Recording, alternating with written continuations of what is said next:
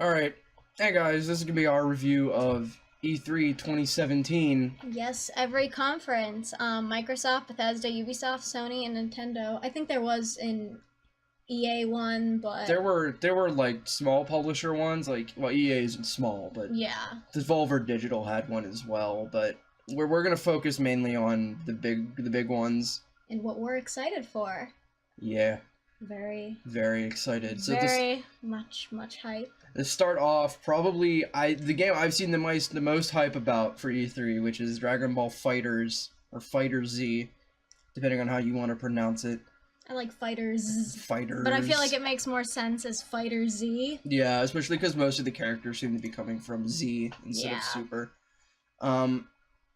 This is the game every Dragon Ball fan who actually enjoys real fighting games has been wanting since ever.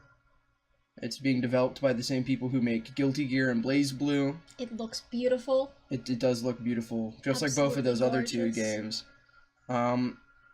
It's also going to be very accessible.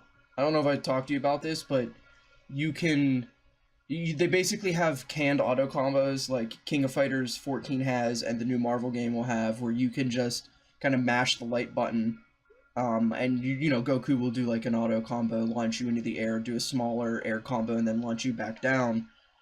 Obviously, none of those are optimal in any way, but they're a good way to just, if you get a hit, get damage either way. I like that a lot of the stages, well, I don't know if a lot of them, but I saw the ones that they were showing are destructible. You could kind of play around with that. There's only 2 stages right now. There's the Budokai Tenkaichi arena, and then there's there's Namek. And Namek is more destructible than the Tenkaichi arena. If you finish the round of a Super Beam or Frieza's Death Ball special, the whole planet gets annihilated. And it's amazing looking. Lava is everywhere, and it looks gorgeous. For a game that's only 20% complete, it looks like something I'd pay a full $60 to play right now. Yes. Even with only like 9 characters, because I paid like $30 for Skullgirls when it came out, and it had like 6 characters, and it was amazing. So that is super. It's all if you haven't heard about it, it's a 3v3 fighting game, much like Marvel vs. Capcom 2, Marvel vs. Capcom 3. Skullgirls, if you choose to run with a 3-person team. So it's got assists. It's wild, especially because you can call both assists at the same time, which I think is a new thing for team-based games. Even Marvel restricts you to one at a time. I feel like we can't talk about one without talking about the other. Okay, so yes, Marvel looks very bad. It did not make it on this list. Mainly because we've known a lot about it. It wasn't announced at E3. And the thing is from what I hear, the 1 vs. 1 demo is updated past what I played in the story demo. And it plays fine, but it looks like garbage. Chun-Li's face. I found out what her face looks like. It looks like they had a caricature artist, you know, like the people who make like the big heads and the huge eyes. Yeah. Designed her model. I saw something where it looked like she had fetal alcohol syndrome. It's so sad. And normally I'd be okay. I'd be like, I like King of Fighters 14, and the graphics were pretty meh on release. But King of Fighters 14 launched with 50 characters, and it had a lot of content. Judging, if this launches like Street Fighter V, where there's almost no content, and what we've seen of the story content is garbage anyways, where it's basically the Marvel characters do all the heavy lifting, and the Capcom characters are there to do lip service. The high point. Dante would never say anything for you, Rocket, and hand him Ebony and Ivory. I would just like to say, oh my. If there's one weapon, there's 2 weapons Dante would never give to another person. There's Sparta, and then there's Ebony and Ivory. Yeah, that made no sense. Giving them the Rocket makes no sense to me. It just made even no if it's sense. just in a cutscene. But his face too. I don't want this to just turn into the hate on Marvel video, though. No. Moving on. Let's get to one last thing about Dragon Ball. There's no throws are different. Instead of doing a throw because it doesn't make sense because they can fly, you grab them and you do like a rush of punches. And the scene in the trailer where I think it's Vegeta and Goku are doing like they're mashing punches at each other. That's what a throw tech looks like. So when you tech throws, it's not just, oh, get your hands off me. It's you both are beating the shit out of each other. And then it's done. Alright. So next from Microsoft was Sea of Thieves. I am so excited for how many fucking pirate games there are now. Yes. I don't like Assassin's Creed, but I bought Assassin's Creed Black Flag because it's a good pirate game. Yeah. Not because it's an Assassin's Creed game. And I'm so happy. There's 2 pirate games at E3 this year. 2. We'll get to the other one in the Ubisoft section of this video, but there's 2 pirate games. So this is the other one's fun cousin, I believe. Sea of Thieves. Yeah, this is the more... It's made by Rare, which is not the Rare everybody remembers from the Nintendo days. Those guys split off and made Yooka-Laylee for the most part. This is Rare post making Kinect games and making real games now, thank God. It's super colorful, super bright, very tropical. Yeah. I love that.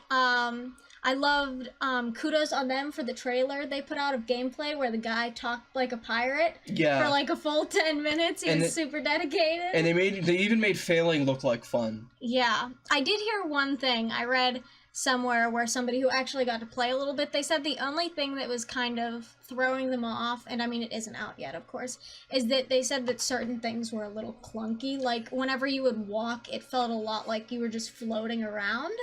Well, but they clearly care about making it feel right, because it's been delayed. The big announcement for E3 this year for Sea of Thieves is that we're delaying the game to 2018. It's supposed to be out, I think, November of this year, but it's been delayed now, which is a good thing, because we've been having 2016 and 2015 were filled with a lot of rushed releases, I felt like. Yeah, there was nothing that was, I feel like it wasn't very thought through, and if it was really well thought through, there was just little chips in it that made it fall apart. And I mean, the big obvious one is Street Fighter V launched in literal actual beta mode for a full $60 plus a $30 season pass, and then another season pass this year.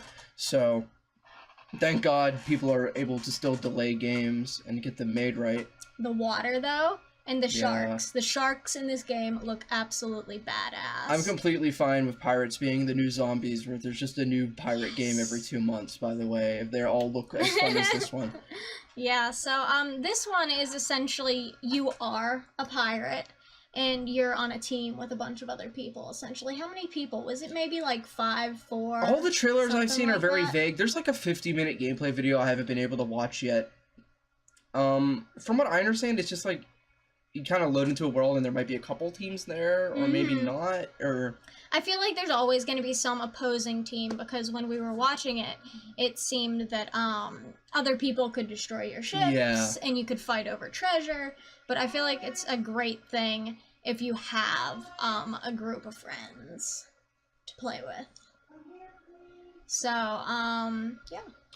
Yeah, if not for...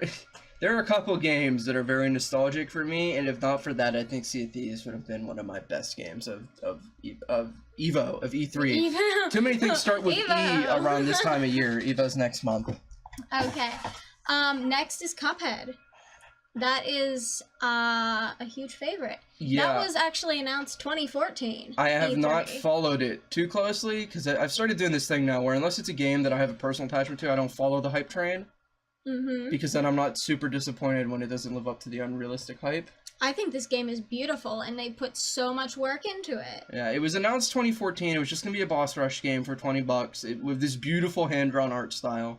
Yeah, there's only going to be, 5 or so bosses to it? It wasn't going to be very large at all. A lot of the value was going to come out of how well it looked. But then people were so excited for it, Microsoft funded the game further, and it ended up getting delayed 3 years. But that added a lot of levels. But the nice thing is it still only costs you $20 to buy.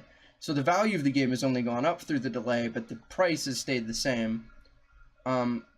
Just want to mention, Dragon Ball is not Xbox exclusive. They just got the ability to reveal the trailer first. Okay. Dragon Ball is Xbox, PS4, and PC. I don't know if Sea of Thieves is getting a PC version. Most Xbox games nowadays do. But I don't see them mentioning it anywhere, so I don't know if they are. Cuphead has a PC version. You can buy it on the Windows Live Store on Windows 10. Cuphead releases September 29th. I think we will definitely be buying it. I already bought it. We already bought it. We already bought it. We've already bought it. It's just not out yet. I did see a little bit of gameplay from it. It looks like Mario on steroids. It looks completely insane. I don't know if what we saw was from later in the game. It's like Contra. Yeah, it's gonna be ridiculous. I love Contra, so that'll be fun. This was one that's way more for Abby than it is for me. this next one. Ori and the Will of the Wisps. I'm very excited. I bought the first game, and what's really funny is that I haven't even played through the entire thing. I don't even think I've made it very far in it, because I just thought it was so gorgeous. Yeah, you spent a lot of time just looking at it. And it was so precious, with just the little characters they had, and it had such, like, an emotional pulls on the heartstrings, I guess. Yeah, it's a very feelsy game, and I don't know what happened in the trailer, but from what I've seen of people who have played the first one all the way through, there's something in the trailer that should make you cry after you beat the first game. Yeah. Well, now, no matter what, I have to play the first game all the way through so that I can play this whenever a release date does come. There was no gameplay or anything announced for it yet at all. There was just the trailer for it, so very exciting, though. All right, and that about does it for us for Microsoft. They announced a lot of other games, but they were a lot of games that we're not too particularly interested in. They aired the trailer for the new Assassin's Creed game. Egypt. Yeah, Egypt. I mean, every Assassin's Creed game feels the same to me, except for the pirate one, because you're a pirate and you can ride a pirate ship and sing sea shanties and all that fun stuff. They can be fun. I feel like the first 3 were super fun. You liked them. They just weren't my thing. Yeah, I feel like they're forgetting what their core is, though, now. What, Ubisoft forget something about their games? You're joking. I feel like we're like 16 games in and they've just forgotten what I'm here for. But, so the next one is the Bethesda. Bethesda was a weird conference, because it was a lot of non-announcements. Like, not... I don't want to say non-announcements, but announcements of things that we already have. Which is, most of their games are now getting a VR version. Doom, The Elder Scrolls Skyrim, and Fallout 4 are all getting VR versions. Doom and Skyrim, I think, are only for the Vive. And Fallout 4 is for... I'm not sure. One of them is only for the Vive, and one of them is only for PSVR. Or is for both, is for PSVR and Vive, and one of them is only Vive, I believe. I'm not 100% on that. We only have PSVR, so yeah. I don't have the room nor the money to buy a Vive, or the computer to run one. Doom VFR, virtual fucking reality. Yeah. Which is very, very clever, I think. I didn't get that right away. I think it's super clever.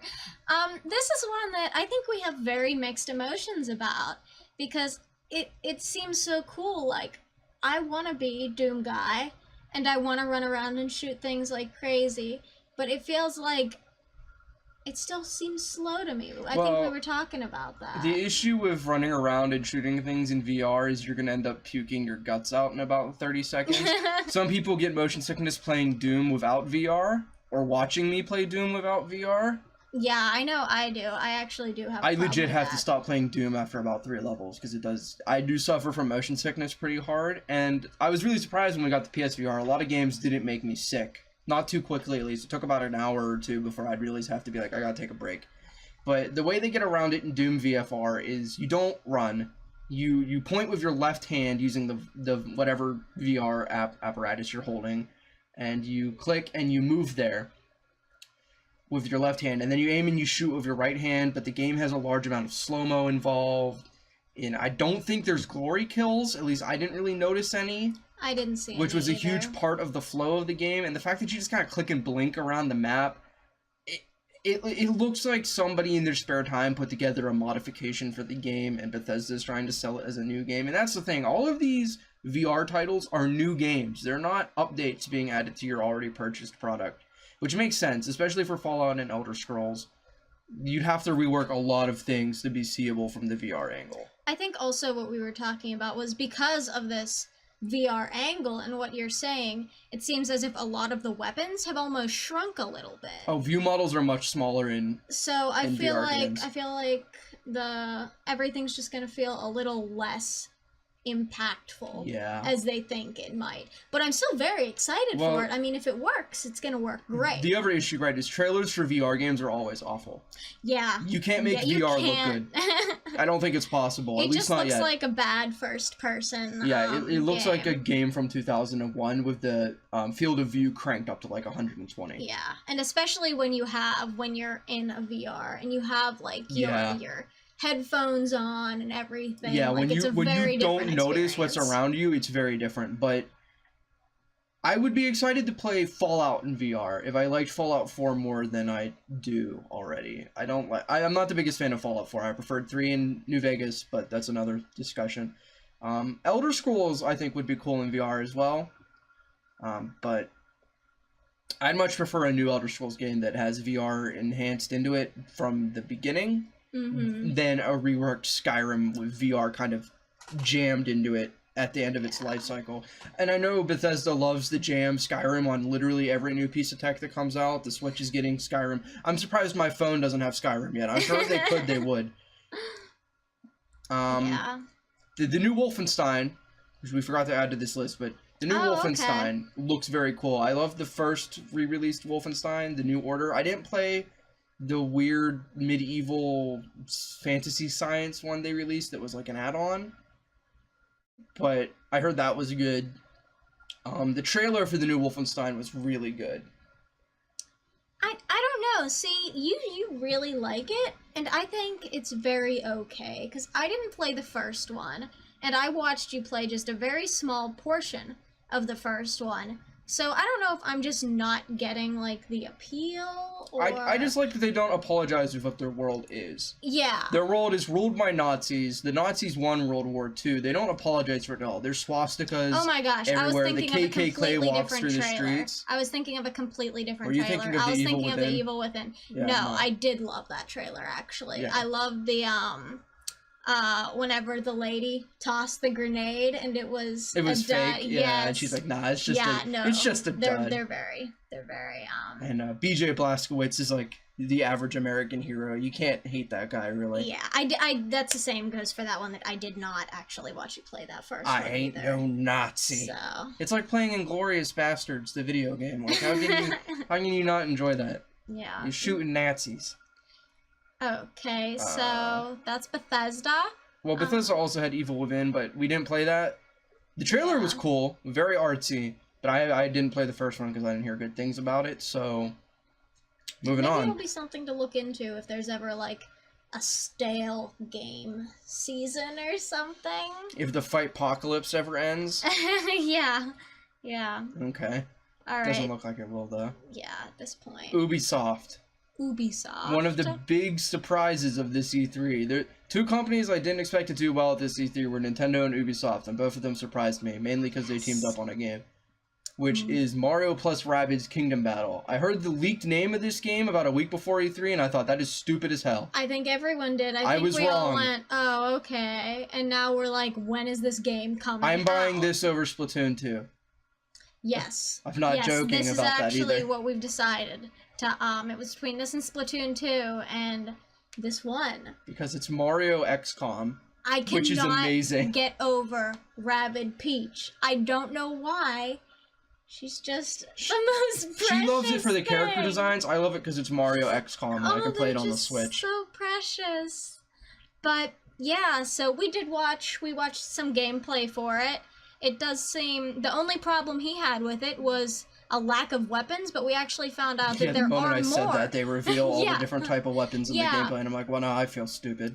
Yeah, there's the main little like Metroid gun, Mega Man gun. Yeah, it looks like a kind Mega of, Blaster type of thing. something like that.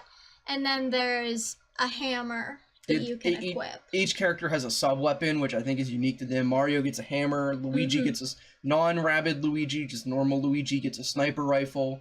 And then I believe Peach or Rabid Peach gets a wind-up toy. Yeah, Luigi's default weapon is the wind-up toy as well. Okay. So there's like, the wind-up toys are like drones you deploy that move as like their own AI. You tell them how to move, but they only move so far each turn. But then when an enemy gets in range, they just immediately run at and detonate on them, which is pretty cool. And there's there's only 8 characters in the game, which I was initially hesitant about, because a lot of these games are about creating your own squads and having fun with that. But because you only take 3 of the 8 characters in the battle, I feel like you can still kind of develop your own strategy. Yeah. So, one more thing I just can't help but mention in the design is the fact that the tubes are Rabbids. Rabbid tubes instead of Mario pipes. I can't get over that. They did a miraculous job. The Rabbids get a lot of hate for being like the original Minions, but I played a lot of the early Rabbids games, and I had a lot of fun. The Rayman games were just minigame compilations. They had a game where you, like, raced a shopping cart through areas. It was kind of like Katamari, but I had fun with that. Yeah.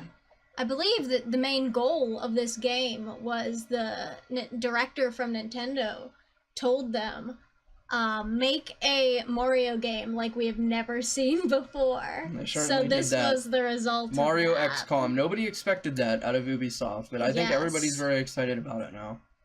Okay, so next is more pirates. Yeah, Pirate Part 2, Skull and Bones. Less excited for this one, mainly because I don't think it's targeted at me. It still looks good though. It's mainly a naval ship combat game.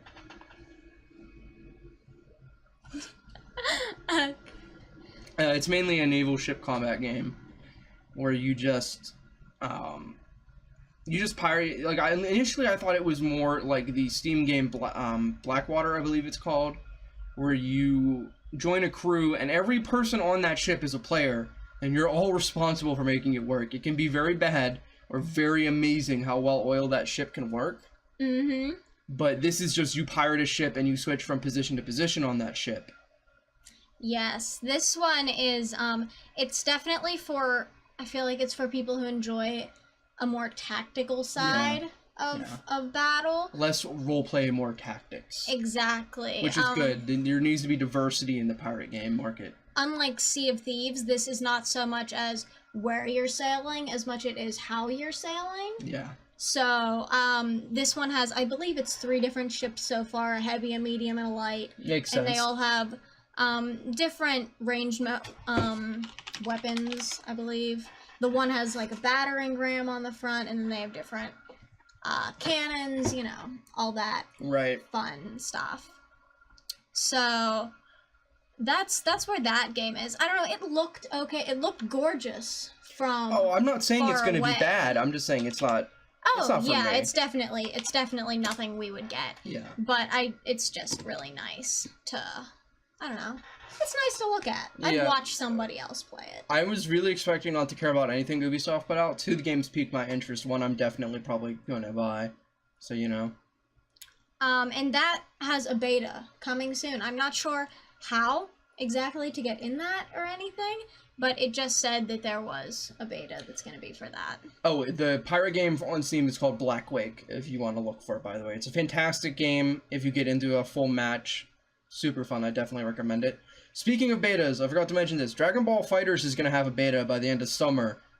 They haven't said how to get into it, but I would keep an eye on that if you're super interested in that. I forgot to say. A lot of betas that nobody knows how to get into, it seems. Hopefully it's not like the Injustice beta where we registered and waited all day, every day, and never got in. Yeah, we both tried. We both registered. Every single day. Never got invited. That was terrible. Okay, so, yeah, that's it for our Ubisoft. Yep. Obviously they talked about Assassin's Creed. That's their cash cow. Yeah. Thank God it lets them make cool games like Skull and Bones and Mario plus Rabbids, though. Yeah. Every company's got to have that game that just brings in the money. So, Sony is next. And the first thing that we have on our list to talk about is the Detroit Become Human.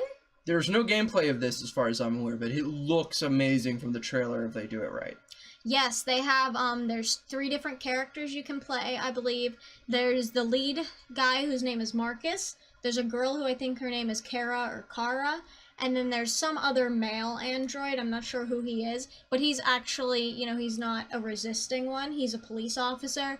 And his kind of main goal is to kind of get these other androids that are rebelling. Okay. So, So you obviously know more about this than I do. There's no non-android playable characters, correct? I do not believe so, no. I believe you're always an android. Okay, that's cool. And, there's no release date for it yet. It will have some kind of option functionality there. You will get to choose paths. I'm not sure. I believe I read somewhere that it said they will affect the gameplay in a way, but I'm not sure how largely it will affect. So to give a brief overview about Detroit Become Human, the game is themed around androids, which are marketed and sold for, you know, be your maid, basically be your slave, do what you need them to do, because The theory is they're not actually sentient living creatures. They're machines that look human that we've programmed to follow orders.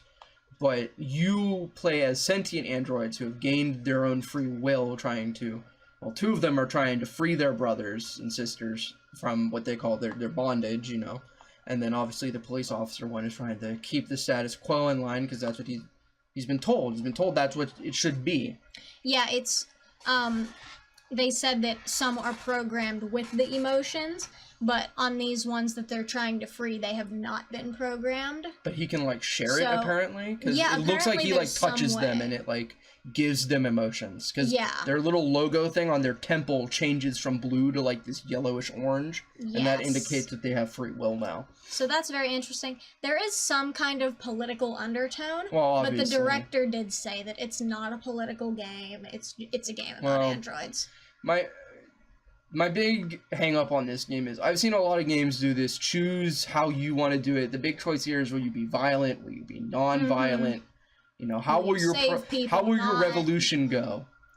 But a lot of these games, I've seen them promote themselves this way, and then it boils down to choose the obviously good or the obviously evil path, and it feels like you don't have choice at all. Yeah, I don't know. I feel like... I'm not saying they're going to do that. I'm saying they have to avoid that trap. It's a trap they can fall into in development. I love those choices, though. You know I do. I know you do. I can't get over the love of choices. I want to see the game that does it in an actual open world environment. Until Dawn did it in a pretty decently in a lot of the choices, but there was no free will about how you got to those choices, right? It's very canned. It's very on rails. It's like you're playing a horror movie, but you kind of decide who lives and dies, which is cool in Until Dawn, but I want to see an open world game where my choices actually do matter. We're going to save Until Dawn, because I'm not going to talk about that just yet. Yeah. But, what was I just about to say? I was just about to say, that's one thing about Fallout 4 with the choices, where you can, I believe it was Fallout 4, where you have the options when you're talking to somebody. That was one of the bad things about Fallout 4. I was None of the choices mattered. One of the things that you didn't like was this time around there was no Fallout. karma system. There was no real... You couldn't be really evil in Fallout 4. You could be a sarcastic dick, but you couldn't be evil. There was no nuke a whole city choice from Fallout 3 in there, which made you decidedly evil. Yeah, so... I'm not saying having evil choices is bad. I'm saying I don't want the violent option to be, oh, you're always being evil because you attack somebody. You know, what if there's a self-defense choice? Then it's like a gray area, but I don't want every violent option to be, oh, your karma score went down. But I also want those choices to be there. You know, choices are hard to do in games because it's very easy to get lazy, and I want them to do it right. So that's, I think, all we have for Detroit Become Human. No release date, it was just, like I said. I think it was announced at E3. I hadn't heard anything about it until now. If it was announced before this, it's probably just in it was actually a tech demo, originally. I think a lot of these E3 games actually started out as tech demos a while ago, and people really enjoyed what they were doing, and now we have these games that are being announced. Yeah, Sea of Thieves was just supposed to be like a free Xbox Live game at first, and now it's like a full thing, I believe. That's awesome, though.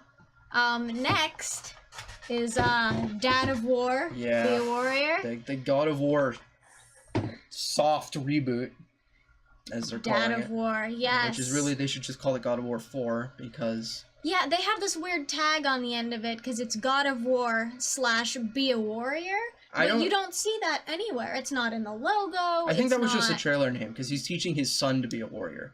Okay, I get that. That makes sense. But I was like, because I remember looking up stuff for it, and of course, since there's so many games before this, I would type in, like, God of War, and it would be, like, a Google Kratos Jr. is getting taught how to fight. You know. So, very, very, very, very exciting. Yeah, the new God of War game is more of a over-the-shoulder action game, which apparently, due to the developers, is because that will sell better in Europe. The Europeans didn't like the hack-and-slash version, according to their market information, and how well the previous 3 entries sold on main consoles. I'm not sure how many mobile games there were on PSP, but it was a PSP game, so it was never going to sell well in the first place. I like it. It looks cool. I just don't get the soft reboot thing. It's obviously just after he caused Armageddon in the Greek universe, it went to a Norse universe. Yeah, they in their description, it's actually labeled as a soft reboot. I'm not sure Why? This is just I feel like they don't need to say that. The Percy Jackson books apparently did this, where after they did all the Olympian stuff, they went to like the Egyptian gods, but I never read the books past then, so. Yeah, I don't think you need to call it any kind of reboot. Yeah, it's obviously still Kratos. He still has all the marks from killing his family and stuff burned on him. Yeah, so, I did hear that people are really, really liking this, because now, Kratos, since he has his son, he seems more breakable, because that was his thing, was he was like an unbreakable guy. We met him after he had already been broken. He killed his family in the... Before the first game. He's vulnerable again, and people are really excited about how he's gonna fight. I'm calling it now. He dies, and the son is the character of the next 2 games. I don't know. I'd be kind of sad, but I mean, I could see it. I just want his son to run up into the Norse god pantheon, screaming Odin, because Kratos died. Odin. I don't know what the Norse god of war is. Is it Tyr? I think it's Tyr, maybe. I don't know. No Tyr. But it's not as good as Ares. Yeah, but new weapon, the axe. Yes, the enchanted axe, glowing enchanted which axe. I think Thor has an axe like that. That might just be a Marvel comic thing though, but I think Marvel took it from the actual Norse mythology, hopefully.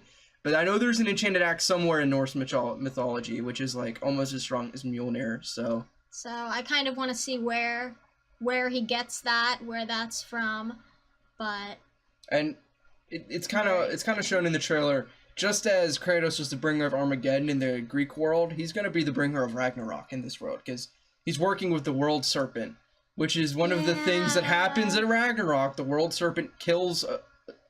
Thor dies in the battle with the World Serpent, so... It'll be fun. There's never a game... like a God of War game where it's not fun, because at the end of the day you're killing. I can't wait till we get to God of War Egypt and God of War Egypt. And I can like do the thing where I rip Sobek's mouth open. I was gonna say. Okay, so that's release early 2018, so we have about a year to go. Yeah. There's no release date for Become Human, by the way. Yeah, I think I said that twice, actually. Oh, did you? Okay. I just want to make sure we don't leave any of the, like, release date stuff out. Yeah, I know. I've been, like, leaving a few out on the top. But, okay, so next, Shadow of the Colossus. Yeah, which is, it's just a remake. It's just, it's an HD port to PS4. But as somebody who, I think I still have the case around here somewhere, loved the PS2 version of the game, this is definitely needed because my PlayStation 2 has died, and there was a PS3 port, but it wasn't really a graphical update as much as it was just here, now you can play it on our PS3 system, and you have Eco on the same disc. So this will be the 3rd time. I think I did buy the re-release on PS3 when it was like on sale in the bargain bin at GameStop one time. The bargain bin. Because as much as I love this game, it is definitely a cult classic game. Yes, there's just something about it. Like, I have never actually played the game, but I've watched speedruns of it, I've watched other people just play it, and it's just, there's something so... It's very artistic. Yeah, there's something beautiful about it. There's a hidden area in the game you can only get when you have, like, maxed out grip strength. There's no point going there. Yeah. There's no bonus, there's no hidden stuff, but it's beautiful to look at. You have to work hard to get there. It's just, and now that they're making it even better graphically, the only thing... so enhanced. The only thing I want is if you are like me and you played Shadows when you were a kid, when you were like 12, and you had all the time in the world to grind out getting used to the controls, and then you went back after playing newer games and you tried to play it, you realized the controls were very jank. I want the controls changed a bit, because it's not so much that the scheme didn't work, it's just it wasn't as responsive as it needed to be. The amount of times I threw Wander off one of the Colossus's like shoulders or something because I messed up grabbing or jumping or whatever was way too many to count when I went back to replay this. Yeah, I remember that. I remember, I think you I called you or something and you were like, you're not gonna believe how jank these controls are right now. It's always sad when you go back to a game from your childhood and you're like, man, this is way worse playing than I thought it was. But now hopefully maybe they improved that a little bit. If not, I think I might have to just suffer through it and actually play this remake. It's definitely not like a game-breaking deal. It's just very aggravating to get used to. Alright. Alright. Up next, A game that was very polarizing when it came out was Until Dawn. A lot of people called it not a game. A lot of people said it's what a game should be because it's just pure fun. We played through it like 3 times. We did. I played through the entire thing a full day. It took me like 8 hours. I did not move from the couch. It was fun. We also love really stupid horror movies, though. We do. There's like a Pinocchio horror movie we watched, and we love that thing. Yes. So, Until Dawn was right up our alley. So when I heard that they're doing now something called The Inpatient, and it's set in the sanatorium from Until Dawn 60 years before Until Dawn happened. So I am very excited. We also have the Until Dawn PSVR game. The shooter. The rail shooter. Yes, the rail shooter, which really doesn't have much to do with Until Dawn other than wearing its skin. Yeah, but I mean, it was still fun. It was the most fun launch PSVR game. Yes. And it was $20 compared to a lot of the tech demos that were $60.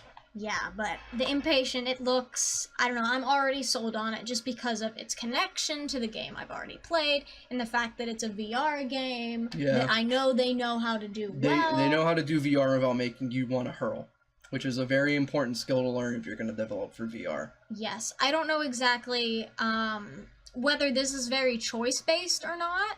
I can't remember for the life of me if it's choice-based or if it's like an actual game. I didn't see anything other than the trailer, but judging by how they're developing all their games right now, I'm saying it's going to be choice-based. Yeah, I've read so many game descriptions in the past week. Yeah. They're a little muddled now. They're also making a second game, Hidden Agenda, which is supposed to come out this year. Yes. This game is cool because it takes advantage of something I didn't even know was happening. Sony is releasing their version of the Microsoft, I think it's called like Eyeglass or Spyglass app, where basically you can interface with the console with your phone. And using this, the new game Hidden Agenda will play a lot like Until Dawn, but with multiple people voting up to 5 people voting and making choices using their phone, which introduces the cool thing of hiding information from the other players. You're going to have goals in this game. It's not just Until Dawn's, I want to save everyone, or I want to kill everyone to get all the trophies, or I want to get I want to save the character that I shouldn't be able to save type of thing that was in Until Dawn, which I think was a fair criticism is there was really 2 good outcomes, which was kill everyone, save everyone, and then there was like you kind of fucked up in between endings. Yeah.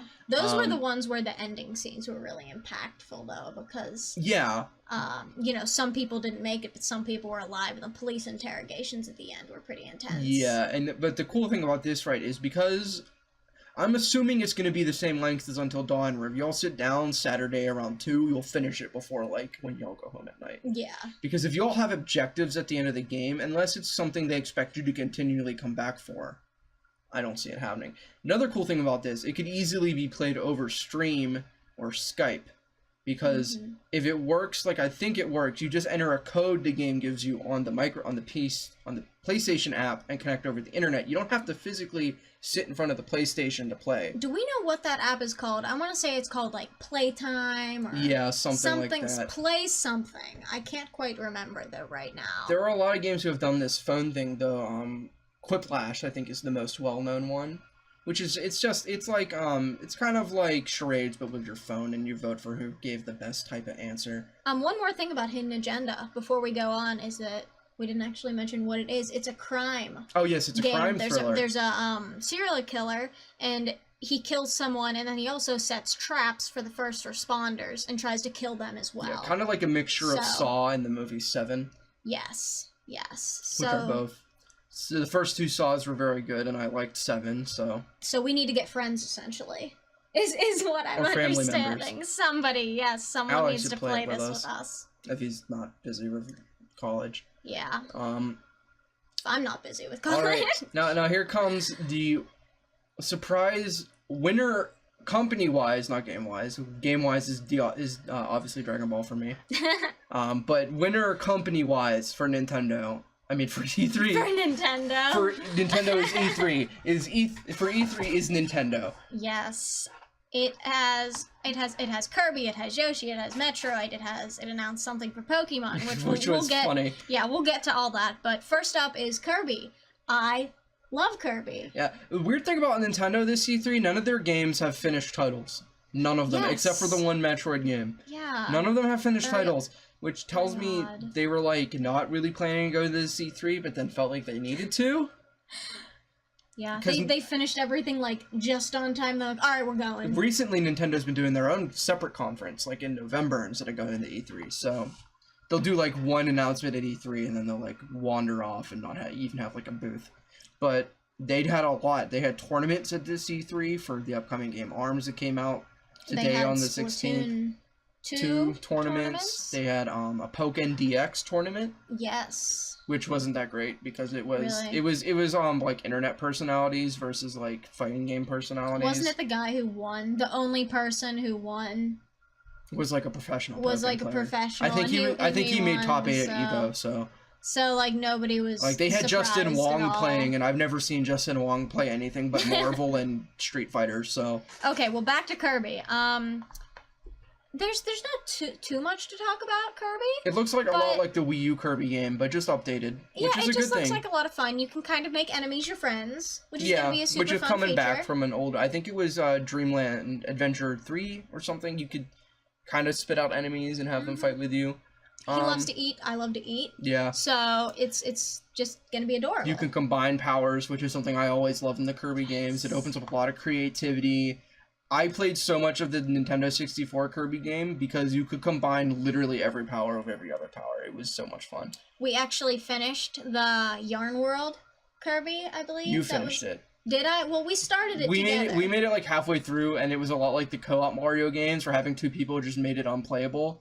So then you finished it. Yes, I finished it. Because you enjoyed it way more than I did. I love the yarn and the wool and all of those fun. Speaking of yarn and wool... Yoshi for Switch. Oh my title goodness. Pending. Yes. Yeah, title pending.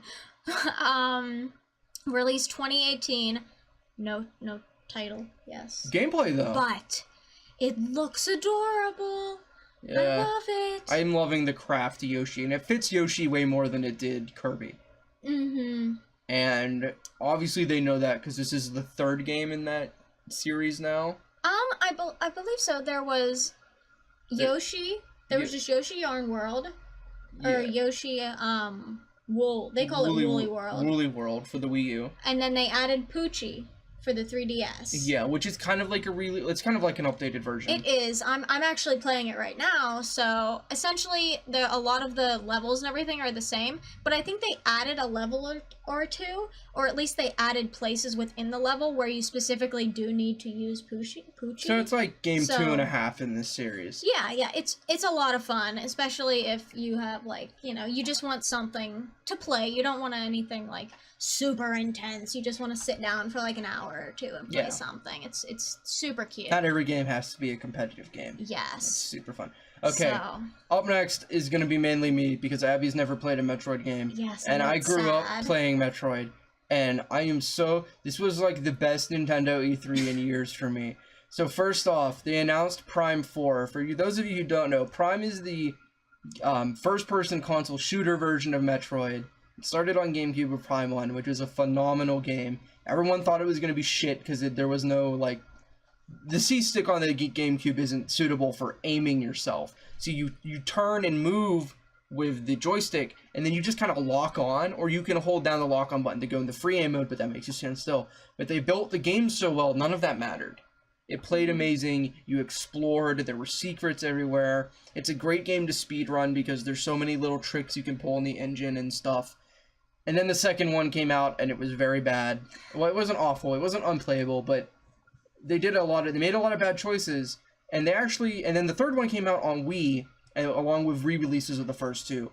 And it was one of the only games on Wii that really made motion controls fun, because you can aim with the Wiimote now. Mm-hmm. And the third one was also very good. And then they stopped releasing Prime games. The last one came out in 2007, 10 years ago. And they came out with Other M in 2011, and nobody liked it. The gameplay was kind of okay, but they made you move in 3D on a D-pad on the Wiimote. You played a 3D game with the sideways Wiimote. A 3D game. And to aim, you had to turn the Wiimote forward, and then it would lock you in, like, turret mode, and you would fire. Well, oh boy. And then they ruined Samus's characterization. They made her, like, super weak and meek, and she's supposed to be, like, one of the most, you know, like, badass female characters in gaming, and they made her... Nobody liked that game. That game goes panned when it came out. Now we're at Prime 4, title pending, which I find weird, because having Prime 2 and 3 on the other games is fine. I imagine they're just pending the little subtitle, and it'll still be called Prime 4, hopefully. Hopefully Team Ninja, who made Other M, is nowhere near this project. And there's no gameplay. It is literally just the Metroid logo and Prime 4. But it was enough to make me love Nintendo's conference, because I'm so happy this game was announced. And then there was a bit of a controversy about a year ago where Nintendo sent a cease and desist letter to a fan remake of Metroid 2. Metroid 2 is always a weird game of the bunch. It was only Game Boy Classic exclusive. It was really clunky. It was very linear compared to other Metroid games. It was more about hunting down different types of Metroid than just exploring a world and trying to defeat the space pirates.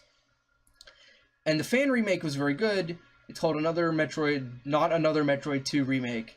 If you want to find it, it's not findable from the official source, obviously, but you can find it. It's on the internet. It's never going away now. It's fun, but it turns out the main reason Nintendo didn't want that fan game out there, even though they're one of the most litigious video game companies, is they're making their own Metroid 2 remake, which takes some cues from Other M, mainly just the combat, though, which was probably the only good thing, was the melee combat they added. And it looks really good. It comes out September 15th this year. If you like Metroid and you haven't played Metroid 2 or another Metroid 2 remake, I definitely recommend picking it up. It's for the 3DS, it's not a Switch game. Some people are kind of upset about that, but I can understand. Nintendo's not dropping the 3DS. I think this is something a lot of people don't get. Yeah, they've had it for quite a long time now. The 3DS system is still the majority system in Japan. A lot of Japan is mobile gaming. The PSP was hugely successful in Japan compared to other markets. 3DS is like the best-selling console of all time, I think, for Nintendo. Wow, I didn't know It's that. either the classic DS or the 3DS for like one of their best-selling consoles of all time. So they're just because the Switch can be taken somewhere for a couple hours to be played does not mean they're going to drop 3DS support. Yeah. And there's something kind of special about the 3DS having the two screens. Yeah, the DS's two-screen thing is one of the best gimmicks Nintendo's ever thought of. Nintendo loves their gimmicks, but they also know when it doesn't work. Thank God they dropped the pad from the Wii U. This 3DS talk leads into something which was really funny to me during the Nintendo E3 conference, which is an announcement of a Pokemon game in the loosest sense of the term. They had the director of the game from Game Freak turn to the camera and say that there is a new core Pokemon RPG game being developed for Switch. They don't have a title for it. They didn't tell us if it's a new generation. They didn't tell us anything about it other than that it is being worked on. He probably just made the folder in the company's SharePoint files. Somebody just, mentioned, hey, maybe we should start working on, the next Pokemon game, and the press had, their ear against the wall, and they were like, guys, did you hear that? A new Pokemon game. A lot of this came from the fact that, there was a Pokemon Direct about a week ago. If you don't know, Nintendo Direct is how Nintendo does their press releases. They're very fun to watch. And the Direct was announcing new Pokemon games, and everyone assumed that the follow-up game, because every Pokemon generation has a second form of the game, ever since even the first one, Yellow was a new version of Red and Blue, has there's the Emerald or the Platinum, the Diamond and Pearl game. Everyone assumed it would just be on the Switch and the 3DS, but it was announced that the Switch game is going to be Pokken Deluxe, which I'm actually really excited for. Pokken is a great game, and now that people actually own the Switch instead of owning the Wii U, a lot of people will be playing it. And the Sun and Moon updates will be DS exclusive.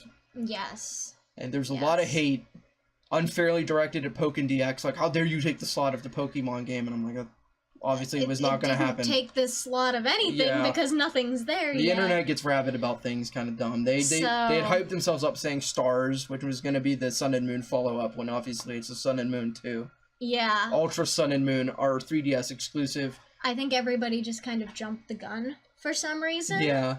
The big hope for this game is that it's not a Pokemon Colosseum type game where it's like a spin-off, but just that it's an actual, hopefully new generation, 8th generation Pokemon game. It'll be fun. I was not a fan of the newest generation. I didn't play much of it either. Actually, I couldn't get into it for some reason. I applaud them for breaking the mold and getting rid of gym battles, but I think I prefer gym battles over the trials.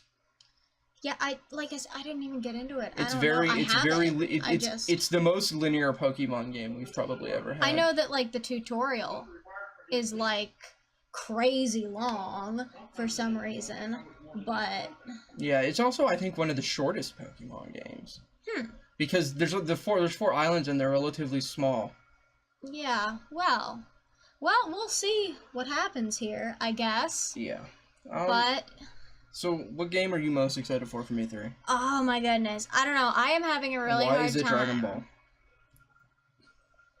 Okay, so I'm gonna say it's definitely Dragon Ball for you. Yeah, just because for the past week now, ever since Dragon Ball was announced, he's been like, "Hey, did you see this Dragon Ball trailer? Check out this new Dragon Ball trailer." I legit had hype tears when I watched the Dragon Ball trailer for the first time. I'm not gonna lie. Hype level. It's over 9,000. Yeah, I went like Super Saiyan hype blue. I just imagine you sitting here and you're just like, ah!